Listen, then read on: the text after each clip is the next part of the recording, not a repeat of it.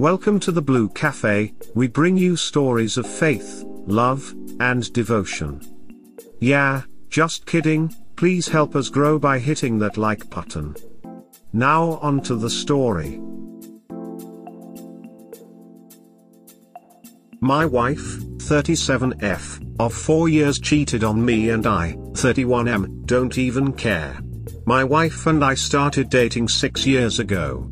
We dated for 2 years and have now been married for 4. Our marriage was good at the start, but everything went downhill about 2 years in. We started having arguments and fights over insignificant stuff that couples work through normally. But things kept piling up and kept going downhill.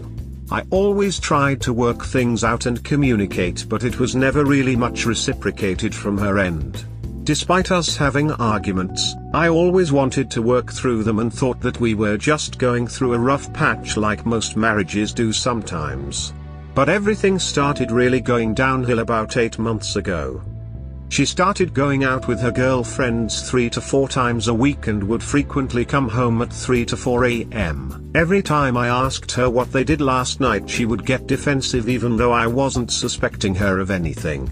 This kept going on to the point I stopped asking or caring about it, and I started focusing more on myself by working out and putting in more effort at work.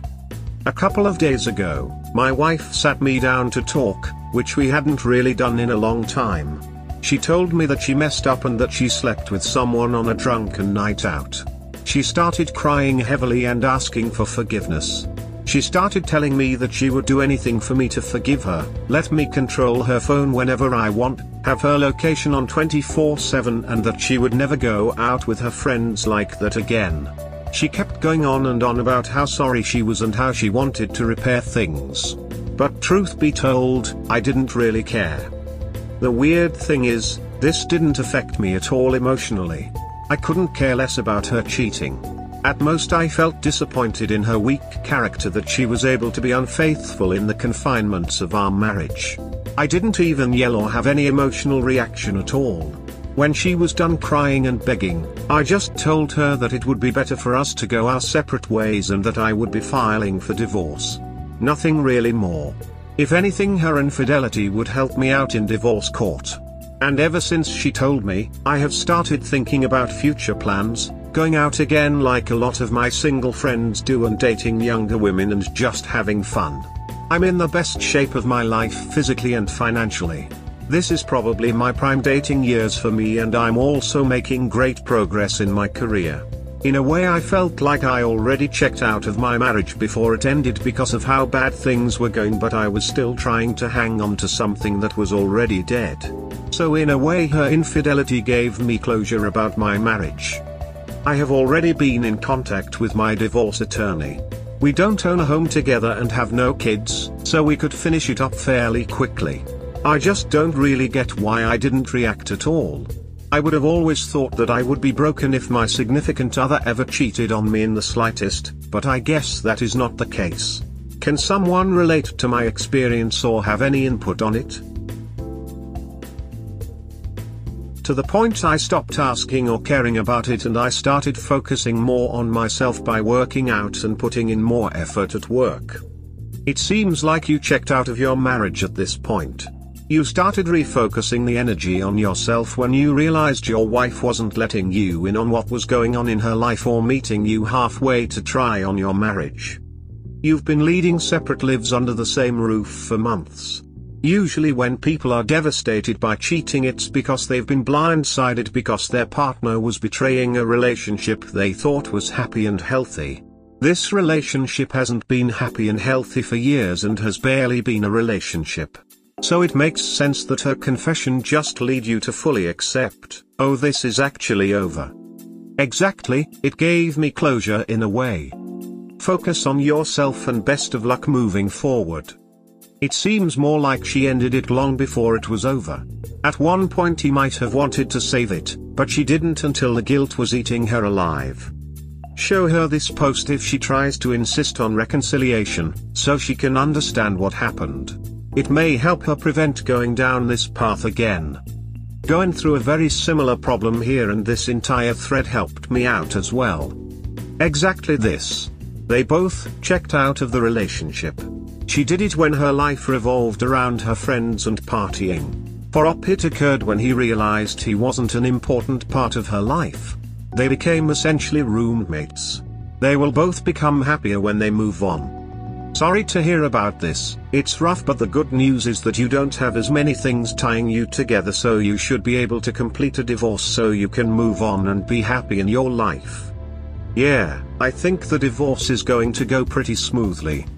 Seems like it should. It's a real bummer, but you are better knowing now than later on down the line when she ends up having kids that you question if they are yours or not, and all sorts of nightmare scenarios. While bad, this could have been much worse.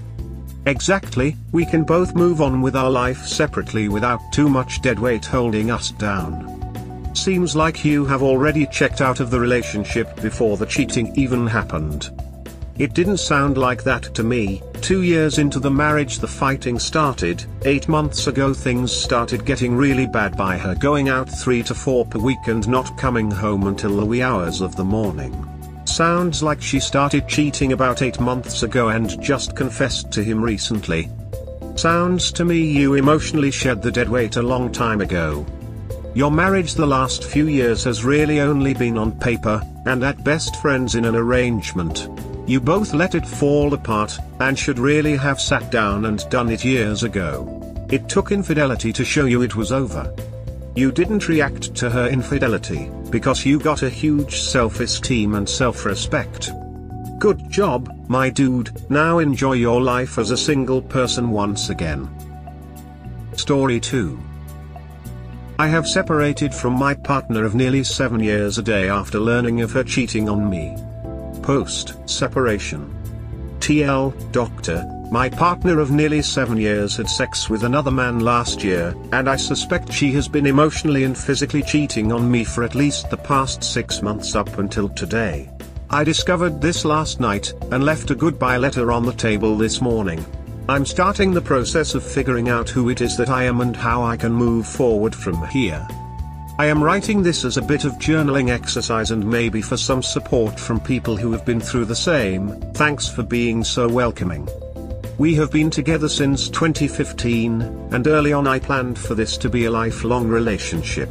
It was rocky along the way, and this is part of the reason I never managed to propose. However, there is still a very maturing fund, which will go somewhere else now, I'm sure. Around 2019 I began to think that maybe our relationship was not going to be like how I had imagined it. We fought a lot, nothing physical of course, just disagreements and mutual pouting and discontent. Our sex life dropped off significantly after 2016 for medical reasons, and it never really seemed to recover. In June of last year, we had a D&M where she said, in as many words, that I did not satisfy her, I had never satisfied her, and the thought of me in bed made her sick. It was very upsetting at the time, and in hindsight I should have called our relationship then, but we decided initially that we would try to work our way through our problems, and we also ended up having a 4-month COVID-19 hard lockdown shortly afterwards, so I didn't want to throw her onto the street or anything. Around September, I discovered she had been sexting some guy overseas, a total breach of trust, but I decided I would bracket it because there was nothing physical, and even though we never discussed it openly I thought she knew that I knew. I never broached this directly, but we eventually decided we would go to couples therapy. I discovered yesterday that she slept with another man in November last year while she was out of town on a short holiday. Some random girl she met online, and I presume she had been chatting with for a few weeks at least. I didn't care to ask for the exact date, but it was either shortly before or shortly after our first couples therapy session. When she went to work today, I left a note on the table saying goodbye, packed a bag, and went to my parents' place for a few days.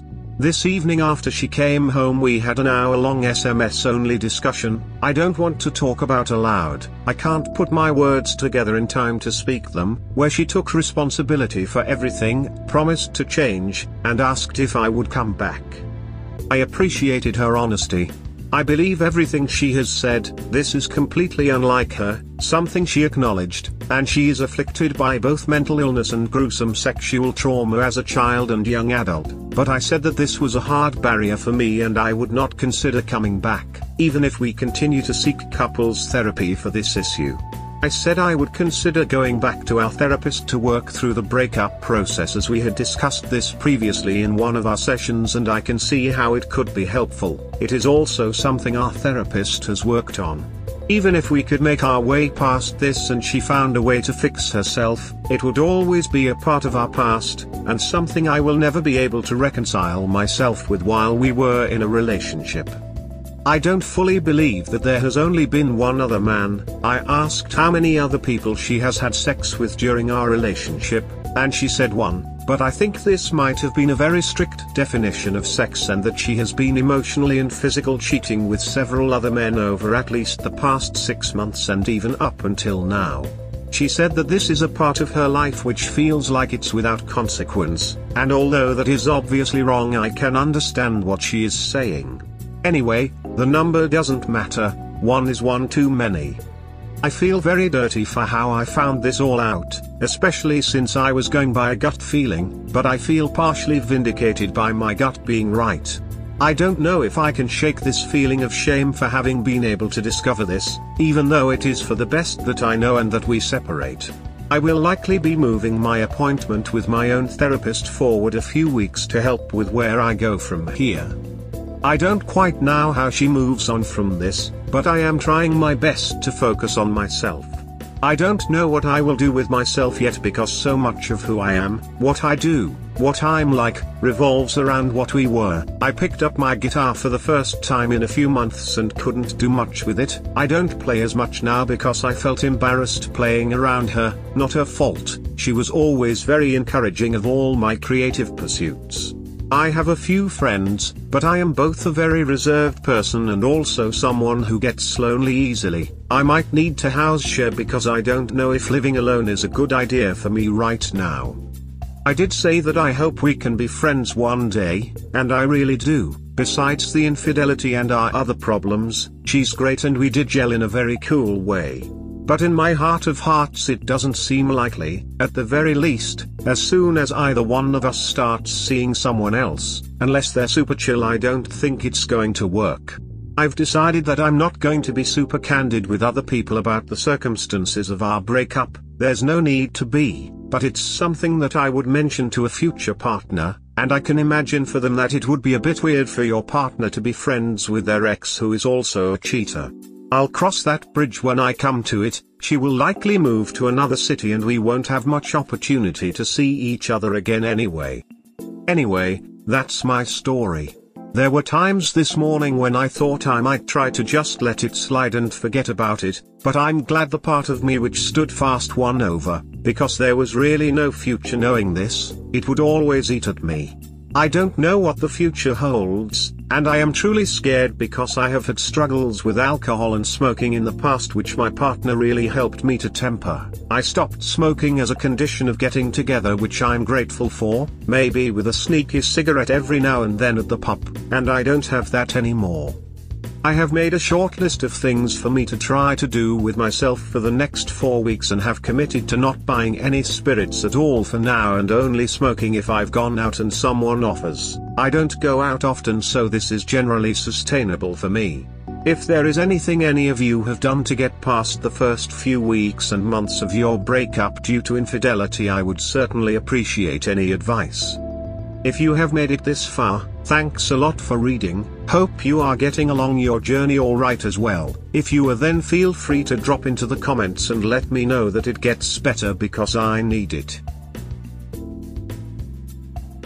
If there is anything any of you have done to get past the first few weeks and months of your breakup due to infidelity, I would certainly appreciate any advice.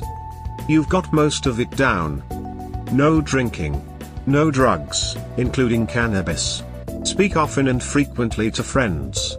You will be surprised by the amount of people who have gone through similar situations. Do not cover for her bad actions. If people ask why you broke up, what happened, tell them. She is no longer your responsibility. Don't carry that burden. Attempt a new hobby, rekindle an old one, or at the bare minimum go for some walks. Do not force yourself to enjoy things you previously enjoyed. They will come back with time. Use the time to become comfortable with your emotions. Some days you'll barely be able to do anything, but this is normal. Embrace it and learn to navigate it. Use online tools like meetup.com, your local city Discord to meet new people and force yourself to socialize. I don't quite know how she moves on from this. She already has. This is just her cowardly way of trying to end a relationship she doesn't want to be in and to paint you as the abuser/villain. I did say that I hope we can be friends one day, and I really do. We all do, but this is toxic as duck hopium.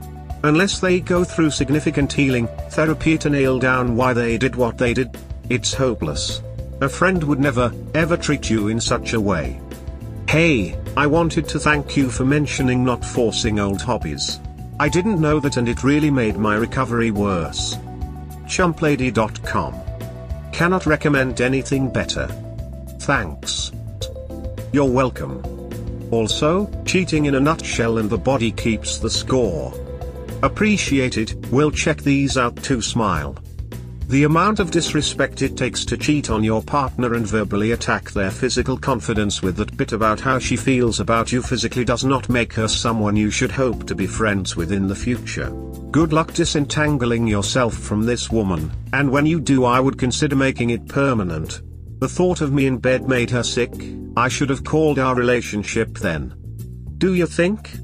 This is honestly your biggest concern. Far more than her cheating on you, far more than the ending of your relationship.